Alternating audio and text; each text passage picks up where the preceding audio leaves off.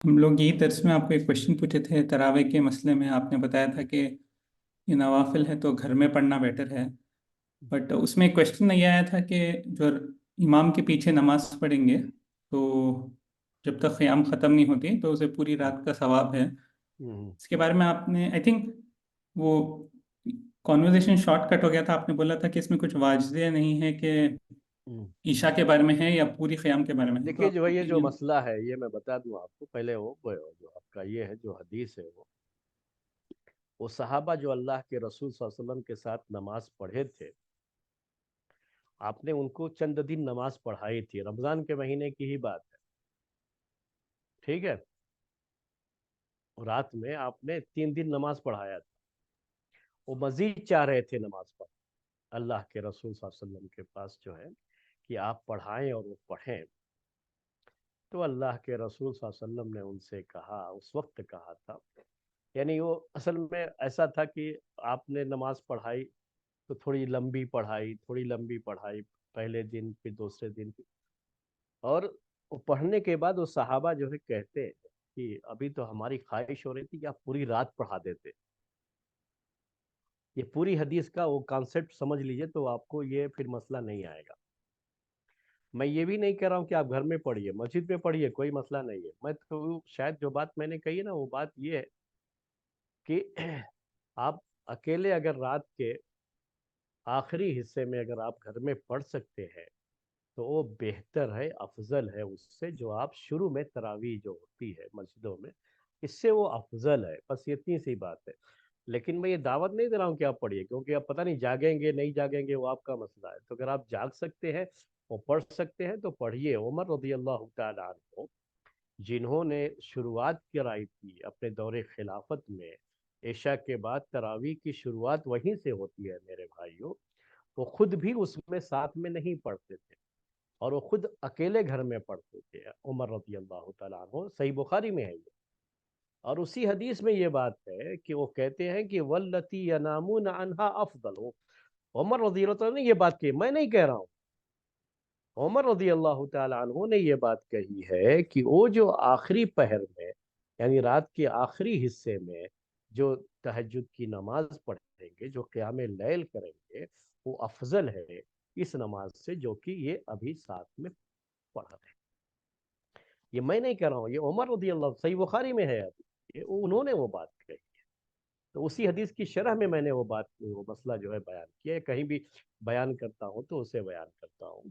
اور یہ جو مسئلہ ہے کہ پوری رات کا ثواب ملے گا، یہ کیا ہوا تھا کہ اللہ کے رسول صلی اللہ علیہ وسلم نے جب نماز پڑھائی تھی، چند دن تو پڑھائی ہے نا آپ نے، یعنی بلکہ صحابہ خدا کے شامل ہو گئے تھے. ایسا ہوا تھا، آپ نے باقاعدہ اعلان کر کے ان کو جمع نہیں کیا تھا. جب آپ نے جماعت ختم کی تھی تو اس موقع پر صحابہ نے یہ کہا کہ کاش اللہ کے رسول، ہماری خواہش تو ہو رہی تھی کہ آپ پوری رات پڑھا دیتے. تو آپ نے کہا کہ اس کی کوئی ضرورت نہیں ہے، پوری رات کا ثواب نہ چاہیے آپ کو. وہ آپ نے جو پڑھا امام کے ساتھ پوری نماز، ابھی جو پڑھی ہے ہمارے ساتھ نماز نا، تو آپ کو پورے رات قیام کا ثواب مل گیا، پوری رات پڑھنے کی ضرورت نہیں. تو یہ مطلب ہے اس حدیث کا، اصل یہ کہنا چاہ رہا ہوں. وہ چاہے آپ جو ہے آپ رات کے آخری پہر میں پڑھیں گے تب بھی آپ کو پوری رات کا ثواب ملے گا. اس وقت بھی آپ نے جو پڑھ لیا امام کے ساتھ، اب یہ ضروری نہیں کہ امام پوری رات پڑھائے تو ہی پوری رات کا ثواب ملے گا، نہیں. جو آپ نے پڑھ لیا تو آپ کو پوری رات کا ثواب مل جائے گا. لیکن آپ جب گھر میں پڑھتے ہیں، اکیلے پڑھتے ہیں، تو اس کا ثواب اس لیے زیادہ ہے کہ نفل نماز ہے جو آپ نے گھر میں پڑھی ہے. سنت ہے، نفل نہیں کہتے ہم، سنت کہتے ہیں.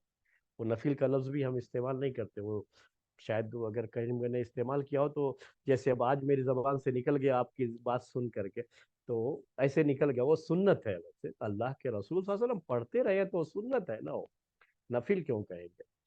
تو اللہ کے رسول صلی اللہ علیہ وسلم کی وہ سنت رہی ہے، آپ کا طریقہ رہا ہے، اور جس کے بارے میں عمر رضی اللہ تعالیٰ عنہ نے بہت ہی کلیئر انداز میں کہہ دیا ہے کہ وہ افضل ہے اس وقت پڑھنا، رات کے شروع کے حصے میں پڑھنے کے مقابلے میں.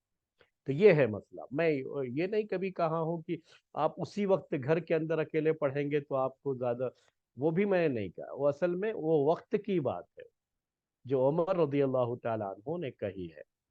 وہ وقت کیا ہے کہ رات کے آخری حصے میں آپ سو کر کے اٹھ کر کے جب قیام کرتے ہیں یہ، تو اس قیام، وہ قیام جو اللہ کے رسول صلی اللہ علیہ وسلم کا عام طریقے سے طریقہ آپ کا وہی تھا قیام کرنے کا، اور اسی وقت آپ قیام کرتے تھے، تو وہ چیز، اور وہ بھی گھر کے اندر، اس میں زیادہ ریاکاری نہیں آتی ہے، اس میں دکھاوا نہیں آتا ہے کہ کسی کو دکھانے کے لیے کہ بھئی میں بھی تراویح پڑھتا ہوں۔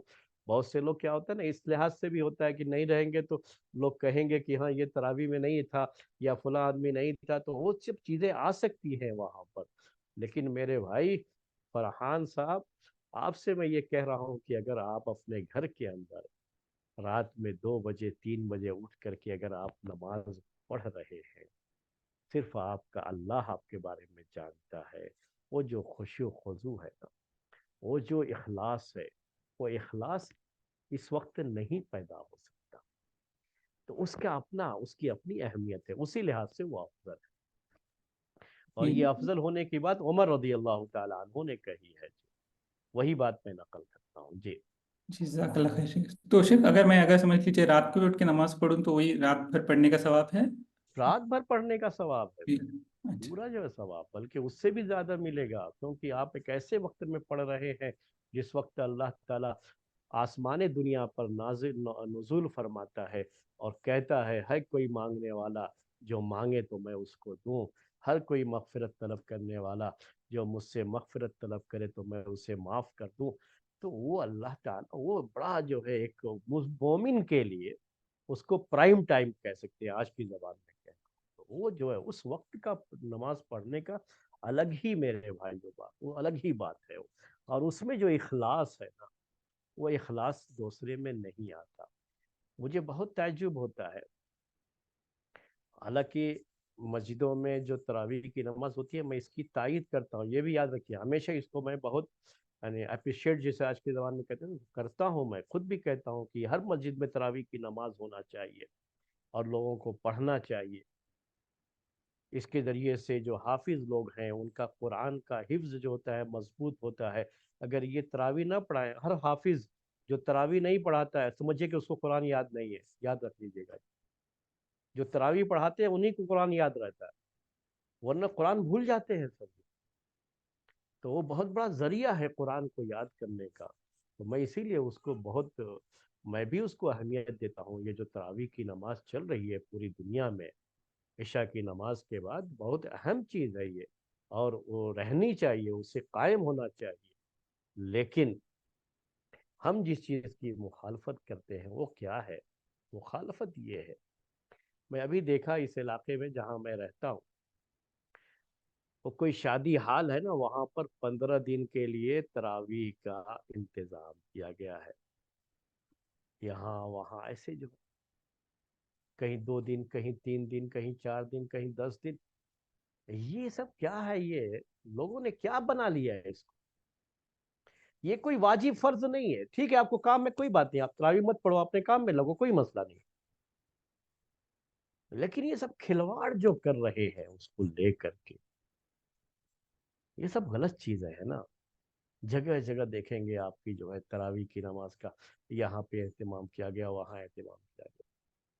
مسجدیں دیکھیں گے تراویح کی نماز میں عشاء کی نماز سے زیادہ بھیڑ ہوتی ہے مسجد، کیا تراویح کی نماز عشاء کی نماز سے بڑھ کر کے؟ فرض نمازیں نہیں ہیں، لیکن تراویح وہ جیسے کہ بس یہی ایک نماز ہے، اس کے علاوہ میرے بھائیو ایک صرف وہ سنت ہے، بس اتنے ہی۔ اگر آپ کو کوئی کام ہے، آپ تاجر ہیں اور آپ رمضان میں آپ کی تجارت چلتی ہے، آپ دکان کھول کے تجارت کرنا چاہتے ہیں، کرو، اس کے لیے 1 دن 2 دن ہفتے کی 10 دن کی آپ کو تراویح پڑھنے کی کوئی ضرورت نہیں ہے۔ اس سے بہتر تو آپ کے لیے یہ ہے کہ آپ اپنی دکان پہ رہو اور آخر رات میں آ کر کے سحری سے پہلے گھر میں آپ پڑھو، اکیلے پڑھو، اپنے رب کو یاد کرو، اس ٹائم آپ کو پورا ثواب ملے گا، اخلاص بھی آپ کے اندر آئے گا۔ لیکن اس طرح کی جگہوں پر جا کر کے کچھ دن جو ہے تھوڑا اٹھ بیٹھ کر لینے کا، ایک طرح سے اٹھنا بیٹھنا ہی ہوتا ہے اور کچھ نہیں ہوتا ہے اس میں۔ تو یہ سب شکلیں ہیں، اس کی ہم مخالفت کرتے ہیں، لیکن جو مسجدوں میں تراویح کا اہتمام ہے ہم اس کی تائید کرتے ہیں میرے بھائی، میری اس کی مخالفت کبھی نہیں کرتے جی۔ جزاک اللہ خیر شیخ، بہت شکریہ۔ شیخ کسی سے ایک سوال اور آیا ہے چیٹ پہ ہوں۔ کہ تراویح پڑھنے کے بعد پھر اگر تہجد میں اٹھ کے نماز پڑھے تو وہ کیسے ہے؟ نہیں کر سکتے، یہی مسئلہ ہے۔ آپ کو جو اگر اٹھ کر کے نماز پڑھنا ہے تو مت پڑھیے آپ اس وقت، آپ اسی ٹائم پڑھیے۔ جو لوگ اٹھ کے پڑھ سکتے ہیں ان کو وہی ہے۔ اصل یہ سب چیز کہاں سے آئی کہ تراویح کی نماز کو الگ سمجھ لیا اور قیام لیل کو الگ سمجھ لیا۔ وہ سمجھتے ہیں کہ تراویح ایک الگ چیز ہے، قیام لیل ایک الگ چیز، جبکہ ایسا نہیں ہے۔ یہ تراویح، قیام لیل سب ایک ہی چیز ہے، وہی تہجد کی نماز بھی ہے۔ بس یہ ہے کہ وہ عشاء کے بعد ہی، چونکہ تہجد کا جو وقت ہے جس کو ہم قیام لیل کہتے ہیں اصل میں، تو یہ قیام لیل عشاء کی نماز کے بعد سے لے کر کے فجر کا وقت ہونے سے پہلے تک یہ پورا قیام لیل کا وقت۔ تو تراویح جو مسجدوں میں قائم کی جاتی ہے وہ پہلے وقت میں ہی قائم کر دی جاتی ہے، یعنی عشاء کے فوراً بعد۔ کیوں ایسا ہوتا ہے کہ لوگ زیادہ تر اس میں شرکت کر سکتے ہیں، اور ورنہ سونے کا، چونکہ وہ جماعت ہے تو جماعت کے لحاظ سے ویسا کرتے ہیں۔ لیکن انڈیویجول اگر کوئی پڑھ سکتا ہے تو اس وقت بھی جو ہے بجائے اس میں جماعت کے اکیلے گھر میں پڑھ لے تو اس کے لیے وہ جائز نہیں بلکہ وہ افضل بھی ہے، اور وہ آخر وقت میں پڑھ لے تو سب سے بہتر وہ چیز اس کے لیے ہوتی ہے، اس میں کوئی مسئلہ نہیں ہوتا ہے۔ اور دونوں پڑھیں گے، یہ بھی اور وہ بھی، تو پھر آپ کی رکعات کی تعداد بڑھ جاتی ہے۔ جو اللہ کے رسول صلی اللہ علیہ وسلم کے بارے میں آپ کی بیوی اما عائشہ رضی اللہ تعالی عنہا جو کہتی ہے کہ آپ رمضان اور غیر رمضان میں 11 رکعت سے زیادہ نہیں پڑھتے تھے، پھر آپ کا اس کے اوپر عمل نہیں ہوگا۔ اگر یہ کرنا آپ چاہتے ہیں کہ ٹھیک ہے آپ نے 4 رکعت پڑھ لیا امام کے ساتھ، عشاء کے بعد ہی پڑھ لیا تھا، اور ابھی پھر آپ وتر مت پڑھیے۔ اس کا طریقہ پھر یہ کہ وتر مت پڑھیے، اور 4 رکعت جو تھی وہ 4 رکعت آپ آخر کے حصے میں سحری سے پہلے اٹھتے ہیں آپ، اور اٹھ کر کے اس وقت پڑھ ہی لیجئے اور وتر پڑھیے، لیکن یہ سحری سے پہلے پہلے ختم ہو جانا چاہیے۔ اتنا ٹائم آپ کو، اتنی پہلے اٹھنا پڑے گا آپ کو، تو یہ کر سکتے ہیں آپ۔ تو یہ خیال رہے کہ تعداد نہیں بڑھنی ہے۔ اگر آپ تراویح پوری پڑھ لیں گے پھر رات کو قیام کریں تو آپ کی تو تعداد بڑھ جاتی ہے نا، اس میں رکعتوں کی تعداد بڑھ جاتی ہے پھر، جو کہ صحیح نہیں ہوتا ہے۔ اصل ایک ہی نماز ہے ہی، قیام لیل اور تراویح بھی۔ الگ الگ نمازیں نہیں ہیں کہ تراویح کی الگ تعداد ہوگی اور پھر قیام لیل کی الگ ہوگی، ایسا نہیں ہے، سب ایک ہی نماز ہے جی۔ السلام علیکم شیخ۔